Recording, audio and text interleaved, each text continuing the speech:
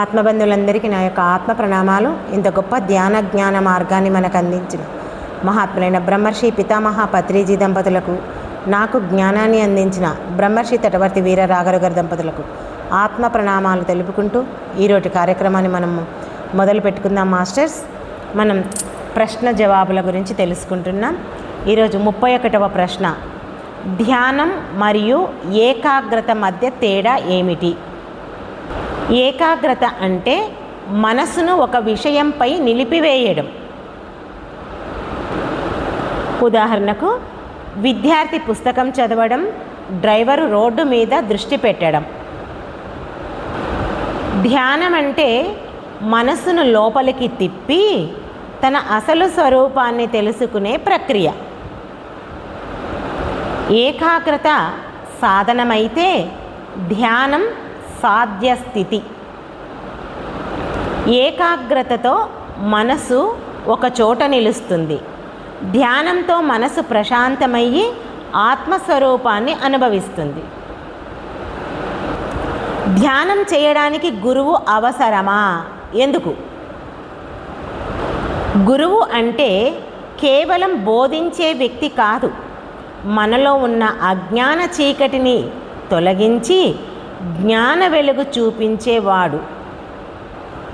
గురువు వల్ల మనకు సరైన మార్గము తెలుస్తాయి, మన సందేహాలు నివృత్తి అవుతాయి, మనం చేసే తప్పులు సరిదిద్దబడతాయి, మన సాధనలో స్థిరత్వము వస్తుంది. మ్యాప్ లేకుండా అడవిలో దారి వెతకడం ఎంత కష్టమో, మార్గదర్శకత్వం లేకుండా ఆధ్యాత్మిక ప్రయాణం కూడా అంతే కష్టం. ధ్యానం చేస్తున్నప్పుడు శరీరం ఊగినట్లు అనిపిస్తే ఏంటి?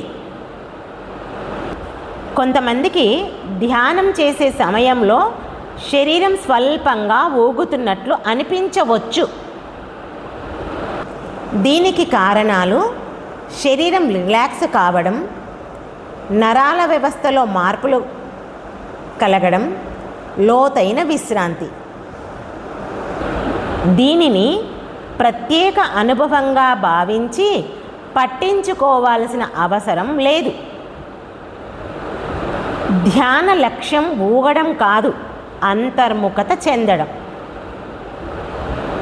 ధ్యానంలో వెలుగులు, రంగులు కనిపిస్తే వాటి అర్థం ఏమిటి? కొంతమందికి వెలుగులు, రంగులు, ఆకారాలు కనిపించవచ్చు. అవి మనసు స్థితికి సంబంధించిన అనుభవాలు కావచ్చు, ఊహాశక్తి ప్రభావము కావచ్చు, కొన్నిసార్లు సహజ ధ్యాన అనుభూతులు కావచ్చు. కానీ వాటిపైన ఆసక్తి పెంచకూడదు. ధ్యానంలో ముఖ్యమైనది అనుభవాలు కాదు, అంతరంగ మార్పు. ధ్యానం చేస్తున్నప్పుడు శరీరం బరువుగా లేదా తేలికగా అనిపిస్తుంది ఎందుకు? ధ్యానం వల్ల శరీర అవగాహనలో మార్పులు రావచ్చు. కొన్నిసార్లు శరీరం చాలా తేలికగా అనిపించవచ్చు లేదా బరువుగా అనిపించవచ్చు. ఇవి సహజ అనుభవాలు. వాటిని గమనించి వదిలేయాలి, కానీ వాటిలో చిక్కుకోకూడదు. ధ్యానం వల్ల పూర్వ సంస్కారాలు ఎలా తొలగుతాయి?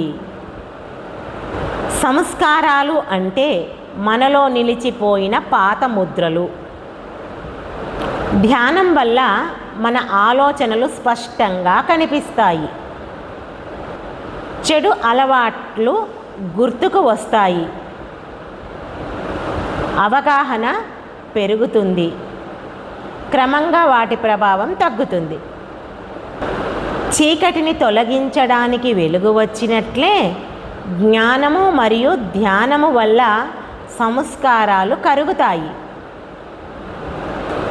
ధ్యానం వల్ల కర్మలు తగ్గుతాయా?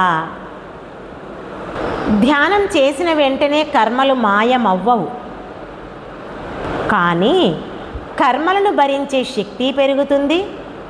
కొత్త చెడు కర్మలు తగ్గుతాయి, అవగాహనతో జీవించడం ప్రారంభమవుతుంది. అందువల్ల కర్మబంధం క్రమంగా సడలుతుంది.